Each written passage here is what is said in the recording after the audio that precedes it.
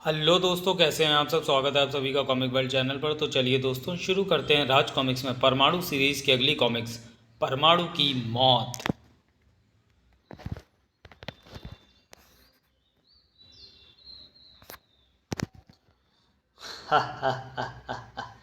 गोली की रफ्तार से भागता ट्रक अब परमाणु से कुछ ही फुट दूर है, और इतनी ही दूर है परमाणु से परमाणु की मौत। संजय गुप्ता की पेशकश, लेखक हनीफ अजहर, संपादक मनीष गुप्ता, चित्रांकन मनु। मौत कुछ ही क्षणों में परमाणु को अपने गले लगाने वाली थी, और उन क्षणों में से एक क्षण गुजर भी चुका था। अब अब उड़ेंगे परमाणु के परखच्चे। बुरी तरह चौंका था ब्लास्टर, और उसके चौंकने का कारण था वह धमाका जो परमाणु की तरफ बढ़ती उस मौत के ठीक सामने हुआ था। भड़ा! जिसके कारण सड़क के बीचों बीच एकाएक बन गया था वह बड़ा गड्ढा, जिसके पार करने की क्षमता उस ट्रक में नहीं थी। एक क्षण बाद ही परिणाम परमाणु की जिंदगी के रूप में सामने आया। एकाएक सड़क पर वह धमाका कैसे हुआ जिसने परमाणु की तरफ बढ़ती मौत को रोक दिया। शायद परमाणु की किस्मत पर ट्रक से नहीं, मेरे हाथों से मरना लिखा है। एक बार फिर मौत परमाणु के सामने थी, और एक बार फिर उसे धमाकों ने बचाया। बड़ा बड़ा, ओह मेरे ब्लास्टर! मुझे बचाने के लिए ये धमाके कौन कर रहा है? यहाँ तो कोई नज़र नहीं आ रहा। इसका मतलब धमाके करने वाले का नाम है शीना उर्फ बम। पटाक! ब्लास्टर ने परमाणु की बेल्ट कैसे हत्याई जानने के लिए इस कॉमिक का प्रथम भाग पढ़ें, चलती फिरती मौत। शीना ही है जो अपनी अद्भुत मानसिक शक्ति के बल पर कहीं भी कैसे भी धमाके कर सकती है, कर भी रही है। लेकिन उसे कैसे पता चला कि मेरी यानी परमाणु की जान खतरे में है? रहस्यमय धमाकों ने तुझे कई बार बचा लिया परमाणु, तो क्या हुआ? मेरे हाथों से तू मरेगा तो जरूर। शक्ति के मामले में वह हाथी और चींटी की लड़ाई थी, जिसमें हाथी था सुपर पावर ब्लास्टर और चींटी था बिना बेल्ट का परमाणु, जो अपनी उन कलाओं से ब्लास्टर से बच तो रहा था जो उसने विनय के रूप में पुलिस ट्रेनिंग के दौरान सीखी थी। लेकिन ऐसे शक्ति भरे वारों के आगे वे कलाएं कब तक उसका साथ देती? नतीजा, अब बता परमाणु, मौत के शिकंजे से तू कैसे बचेगा? मैं बुरी तरह बेहाल हो चुका हूँ, और इस स्थिति में शीना भी मेरी कोई मदद नहीं कर सकती, क्योंकि वह इतनी मासूम है कि वह धमाका करके किसी इंसानी जिस्म को नुकसान पहुंचाने की सोच भी नहीं सकती। अब मेरा बचना मुश्किल है। ब्लास्टर के फौलादी शिकंजे में फंसा परमाणु अब किसी समय भी मौत के मुंह में पहुंच सकता था कि तभी हो गया वह चमत्कार। अरे ये मुझे क्या हो रहा है? मेरा शरीर ट्रांसमिट हो रहा है, लेकिन कहाँ? मैं ये ट्रांसमिट होकर कहाँ आ गया हूँ? और ये यहाँ चारों तरफ धुआं कैसा? ब्लास्टर की समझ में कुछ नहीं आया, क्योंकि उसे कुछ समझने का मौका ही नहीं मिला। धड़ाम! धुएं ने छीन लिए उसके होश, और उस हाथ ने छीन ली उसकी कमर से बंधी परमाणु की बेल्ट। प्रोफेसर ने उसे ट्रांसमिट करके दिल्ली की सबसे सुरक्षित जेल काला पानी पहुंचा दिया था। इसी बीच यहाँ भौचक के खड़े परमाणु की आंखें अभी तक अविश्वास से फैली हुई थी। ब्लास्टर ट्रांसमिट हो गया और मैं बच गया।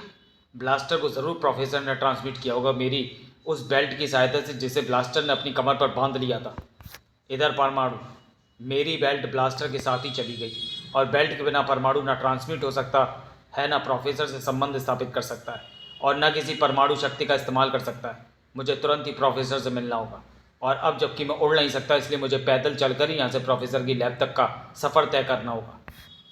शीना द्वारा मेरी जान बचाया जाना साबित करता है कि वह अपनी अद्भुत मानसिक शक्ति से परमाणु से संपर्क बनाए हुए है, और ऐसा शायद इसलिए कि वह परमाणु से प्यार करती है। ओह, अगर ऐसा है तो या तो वह अब तक मेरी असलियत जान गई होगी, या फिर जान जाएगी। हवा में उड़ने वाला हमारा सुपर हीरो परमाणु रोड पर आओ! तुरंत ही बच्चों से घिर गया परमाणु। ऑटोग्राफ प्लीज़, प्लीज़ परमाणु, अपनी असली सूरत दिखाओ ना। हे परमाणु! अबे ये परमाणु नहीं हो सकता है, परमाणु नहीं हो सकता, वो तो उड़ता है। जहाँ मैंने विनय के रूप वाले कपड़े रखे हों, वहीं पहुंचकर मैं परमाणु से विनय बन सकता हूँ, और ये परमाणु के लिए ठीक नहीं। मुझे इसका कोई उपाय ढूंढना होगा ताकि परमाणु फिर कभी ऐसी स्थिति में न फंस सके। अपने प्रशंसक बच्चों से घिरा परमाणु काफ़ी देर बाद प्रोफेसर के बंगले पर पहुंचा। सारा बंगला अंधेरे में डूबा हुआ है। पहले तो कभी ऐसा नहीं हुआ। क्या मामला है? संशय में डूबे परमाणु ने बंगले में कदम रखा, और अभी वह कुछ ही कदम आगे बढ़ा था कि ओह! उसका पैर उलझा और वह धड़ाम से नीचे गिरा। ओह! और तब उसको पता चला कि जिससे उसका पैर उलझा था वह लाश थी, एक स्त्री की लाश, और वह स्त्री थी विनय की मामी। और मामी की लाश के पास ही पड़ी थी इंस्पेक्टर विनय की सर्विस रिवॉल्वर। Murder weapon? मेरी रिवॉल्वर से निकली गोलियां ही मामी की मौत का कारण बनी है, और इसी बात से ये सिद्ध होता है कि मामी का हत्यारा अगर कोई है तो वह है सिर्फ मामा, क्योंकि अपनी इस सर्विस रिवॉल्वर को मैं उस समय अपनी वर्दी के साथ ही मामा की लैब में छोड़ गया था जब ब्लास्टर को रोकने परमाणु बनकर मैं लैब से बाहर निकला था।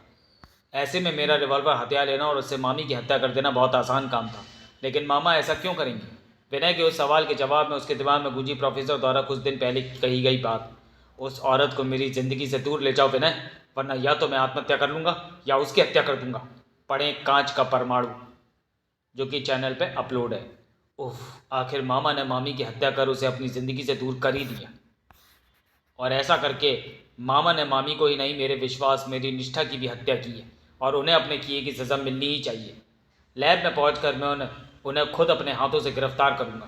तेज कदमों से चलता विनय जब गुप्त लैब में पहुंचा तो प्रोफेसर उसे वहां नहीं मिले। मामा यहाँ कहीं नहीं है, इसका मतलब मामी की हत्या करने के बाद वे फरार हो गए, और मुझे तुरंत ही हेडक्वार्टर को इसकी सूचना देनी होगी। लेकिन इससे पहले मुझे परमाणु को पूरी तरह से तिलांजलि देनी होगी। कुछ ही देर बाद प्रोफेसर का बंगला पुलिस कर्मियों से भरा हुआ था, और उसके कुछ देर बाद नाम प्रोफेसर कमल कुमार, उम्र 45 वर्ष, रंग गोरा, चेहरे पर फ्रेंच कट दाढ़ी। एक हत्या के मामले में पुलिस को इस शख्स की तलाश है। इसके बारे में किसी भी प्रकार की सूचना देने के लिए कृपया पुलिस से संपर्क करें या 100 नंबर डायल करें। सिर्फ प्रोफेसर कमल कुमार ही नहीं, इंस्पेक्टर विनय भी संदेह के घेरे में आ गया था। हत्या तुम्हारी सर्विस रिवॉल्वर से हुई है इंस्पेक्टर, इसलिए हत्यारा जो भी है उसका बहुत जल्दी पकड़ा जाना ज़रूरी है, वरना तुम्हारी वर्दी भी उतर सकती है। उफ, ये मामा के जुनून ने मुझे किस मुसीबत में फंसा दिया। सर, आपके लिए कॉल। ऑपरेटर से लगभग झपटकर इंस्पेक्टर विनय ने रिसीवर कान से लगाया और ओह ठीक है हवलदार रणवीर, तुम उन्हें लेकर अस्पताल पहुँचो, मैं वहीं पहुँचता हूँ जल्दी सिटी अस्पताल में। मैं करजन रोड से गुजर रहा था तो मैंने इन्हें नशे में बुरी तरह धुत सड़क के किनारे पड़े पाया। किस्मत ही अच्छी थी जो इन्हें सही समय पर अस्पताल पहुँचा दिया गया, वरना जितनी शराब इन्होंने पी ली थी वह किसी भी समय इनकी मौत का कारण बन सकती थी। इन्हें कब तक होश आ जाएगा, कोई निश्चित समय नहीं बताया जा सकता। मामी की हत्या करने के बाद अपराध भावना से ग्रस्त होकर इन्होंने अपने आप को खत्म कर देना चाहा। उफ, इंस्पेक्टर विनय के तेजी से चलते दिमाग को अचानक एक तेज झटका लगा। जिस आदमी ने शराब को छूकर भी नहीं देखा हो, वह अपनी जान देने के लिए कभी भी शराब का सहारा नहीं ले सकता, वो भी मामा जिनकी लैब में ऐसे सैकड़ों रसायन मौजूद है जो पल भर में इंसान को खत्म कर सकते हैं। साथ ही ये बात भी नहीं जचती कि मामा जैसा जुझारू व्यक्ति आत्महत्या करने की सोच सकता हो। काफ़ी सोच विचार के बाद विनय ने लिया वह निर्णय, कोई गड़बड़ ज़रूर है, मुझे इसका पता लगाना होगा। मुझे पुलिस ट्रेनिंग के दौरान सिखाया गया है कि जो चीज़ दिखाई दे रही है उसे नज़रअंदाज करके जो चीज़ छिपाई जा रही है उसे ढूंढो। अगर सचमुच कोई गड़बड़ हुई तो उसका कोई ना कोई सूत्र मेरे हाथ अवश्य लगेगा। मिट्टी के विशाल ढेर में गिरे गेहूं के दाने को ढूंढने जैसा कठिन काम था ये, लेकिन कहते हैं कि ढूंढने से खुदा मिल सकता है, तो फिर गेहूं का वह दाना क्यों ना मिलता। लिफ्ट में लगे पेंच में फंसा ये बाल, जिसकी लंबाई चीख चीख कर इस बात की गवाही दे रही है कि किसी पुरुष का नहीं स्त्री का बाल है, और वो स्त्री निसंदेह मामी है, क्योंकि इस बाल में वाटिका हेयर ऑयल की खुशबू बसी है जो उसे मामी इस्तेमाल करती है। इससे ये तो सिद्ध हुआ कि मामी को इस गुप्त लैब का पता चल गया था, लेकिन अब ये पता लगाना है कि कैसे, और उसके लिए इस लिफ्ट से ऊपर पहुंचना होगा जल्द ही। ओ नो, अति आधुनिक तकनीक से बने वीडियो कैमरे जो यहाँ की एक एक गतिविधि को अति आधुनिक तकनीक से बने वीडियो कैमरे जो यहाँ की एक एक गतिविधि को कहीं दिखा रहे थे।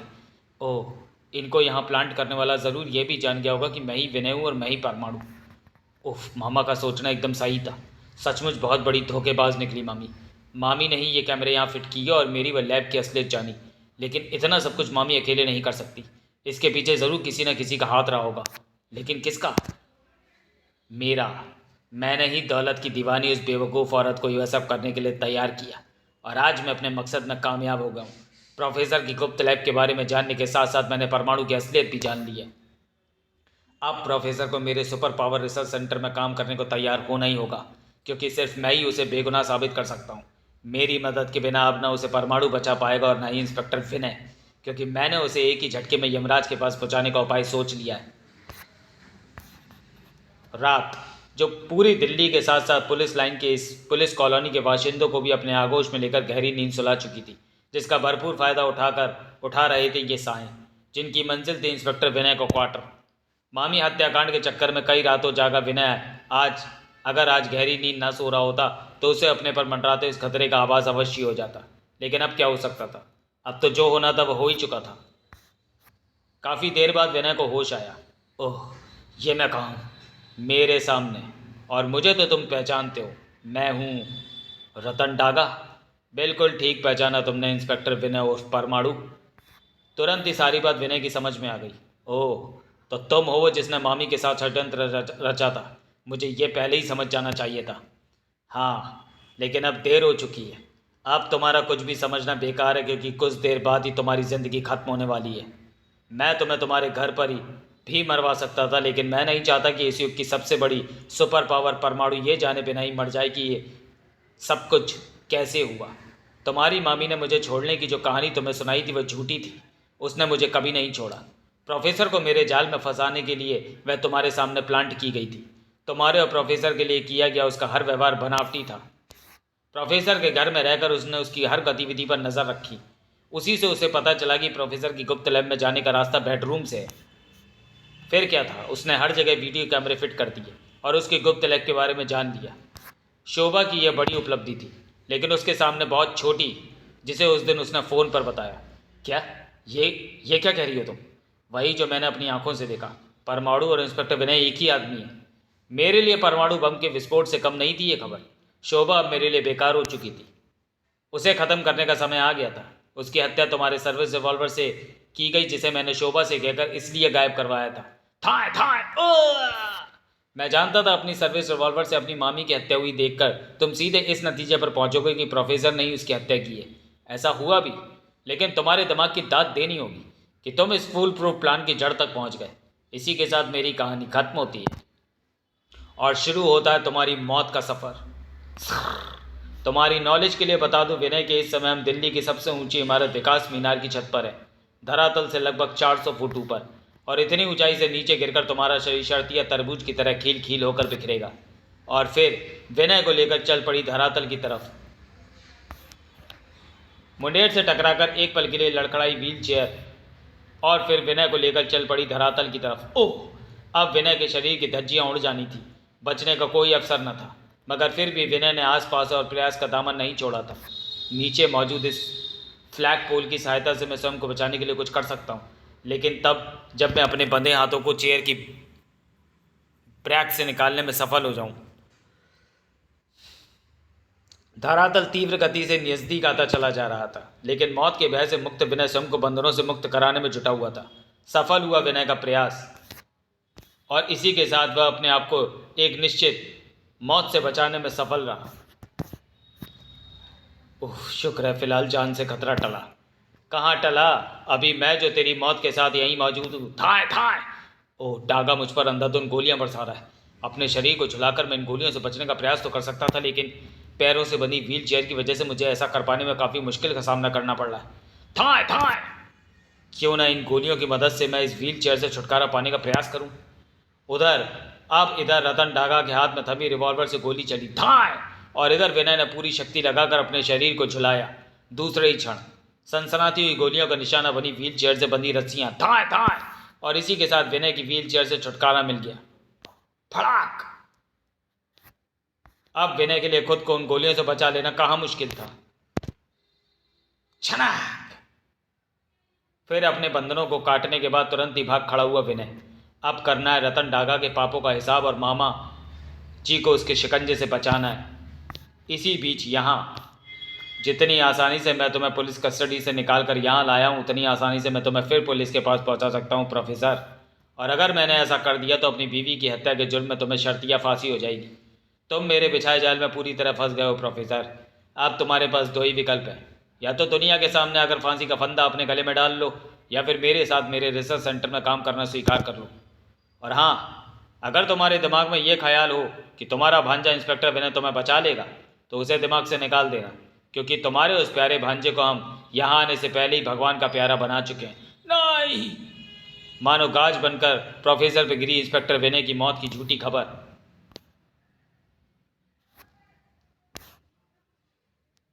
अविश्वास से फटी रह गई उसकी आंखें। नहीं, ऐसा नहीं हो सकता। कह दो मेरा विनय जिंदा है। सॉरी प्रोफेसर, जो सच है उसे झुठलाया नहीं जा सकता। इसी के साथ क्रोध का ज्वालामुखी धधक उठा प्रोफेसर के चेहरे पर। मेरा संसार, मेरा सारा संसार लूट कर भी तो समझता हत्यारे कि मैं तेरे साथ काम करने को तैयार हो जाऊंगा। मैं तुझे भी जिंदा नहीं छोड़ूंगा हत्यारे। उफ, मैंने तुझे जिंदा रहने का एक मौका दिया था प्रोफेसर, लेकिन तूने उसे गंवा दिया। अब तू भी पहुंचेगा अपनी पत्नी और भांजे के पास। टोपीलाल, मेरे निकलते ही खत्म कर डालना इसे। रुक जा कमीने। ठाका लगाते हुए बाहर निकल गया रतन टागा।